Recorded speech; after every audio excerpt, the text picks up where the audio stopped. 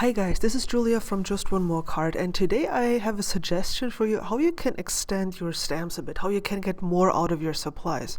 You know that I always like to think, what else can I do with my stamps? And maybe I have a fun suggestion for you today.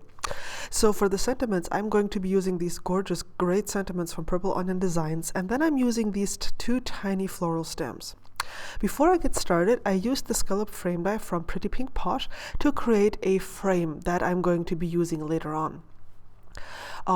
Since you get since I wanted to have the entire size of the panel, I'm basically using some micropore tape to put this all back together on the back, and then I'm using a pencil just to draw the inside of the frame on my card panel or my card base, so I know where to stamp. Now these floral stamps actually come with like a ground, like where there's grass and everything, so you can use them for scene building, but I wanted to use them today for creating a frame, a floral frame. So I'm using my Stamp-A-Magic that helps me to line up the image where I need it to be. You basically just stamp it on this piece of plastic, slide in the green positioner tool, and then bring back the stamp that you did not like move on your stamp, so you are able to stamp it exactly where it needs to go. After I stamped these circular blooms, I created some masks, basically just cutting out the circles here. And then I came back in with the other floral stamp, and I'm stamping this to fill in the gaps, and it's going to overlap the stamped image here, but since I masked it off, it will appear to be behind these images that I stamped first. You will see that later when I color them in. So all I'm doing is I'm basically going around the card, here you can see that, and creating a frame with my florals. And that's how it's going to look like once I apply the frame. But of course I still need to add color. I'm going to do some really simple Copic shading here, and that is using different like oranges and yellows. I'll be listing the colors in the video description below or on my blog. And I'm going from dark to light, and I'm simply blending on the edge of the darker color towards the lighter color to create my shading. And I'm trying to leave a highlight here, so it will even, like, the roundedness will even be more enhanced if you leave a little bit of white, of this white highlight here. You can see, just going over this, working my way towards the lightest color. It doesn't need to be perfect, can be a little bit artistic, but it's, you know, it's a lot of fun.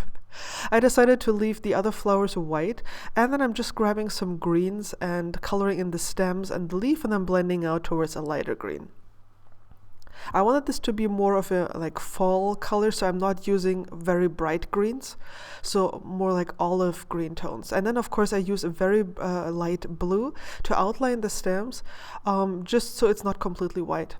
I'm using my Perfect Pearls Mist just to squeeze 1 or 2 spritzes of glitter or glitz basically on this card. Since it's not watercolor cardstock, I have to be careful not to add too much so I won't damage the cardstock. You can't really see the shimmer that it adds to it, but believe me, it's there. For the sentiment, I again use my Stamp-A-Magic to make sure I get it straight and exactly centered. Coming back in with the stamp, and I'm using VersaFine Onyx Black ink, which is a pigment ink, and that means it remains wet for a while after you stamp it. Not for too long, that's the great thing about this ink, but just long enough so I can stamp this, and I'm actually stamping it twice. You can see that I'm holding on to the positioner so it will not shift, and I've also taped down my card base so it won't shift either. So bringing this back, stamped in the exact same position again. You see that it worked perfectly. It doesn't every time though.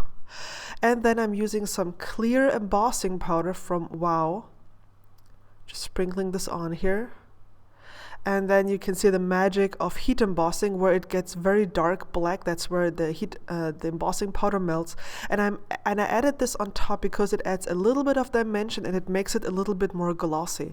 And I felt that the sentiment could need that because the orange yellow of the blooms is really intense, and I didn't want this to get, like, literally I didn't want the sentiment to get lost.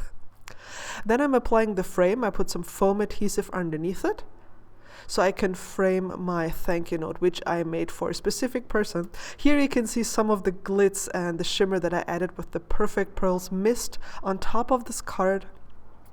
And you can also already see the seed beads from Pretty Pink Posh, just like some tiny little beads that I added here and there with glossy accents, just for some additional interest. But I didn't want to take anything away from the overall impression.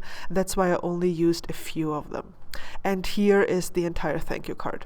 I hope that inspired you to look at your smaller images in a new way. Maybe you have other images that you could use to create a fun frame for a bold sentiment.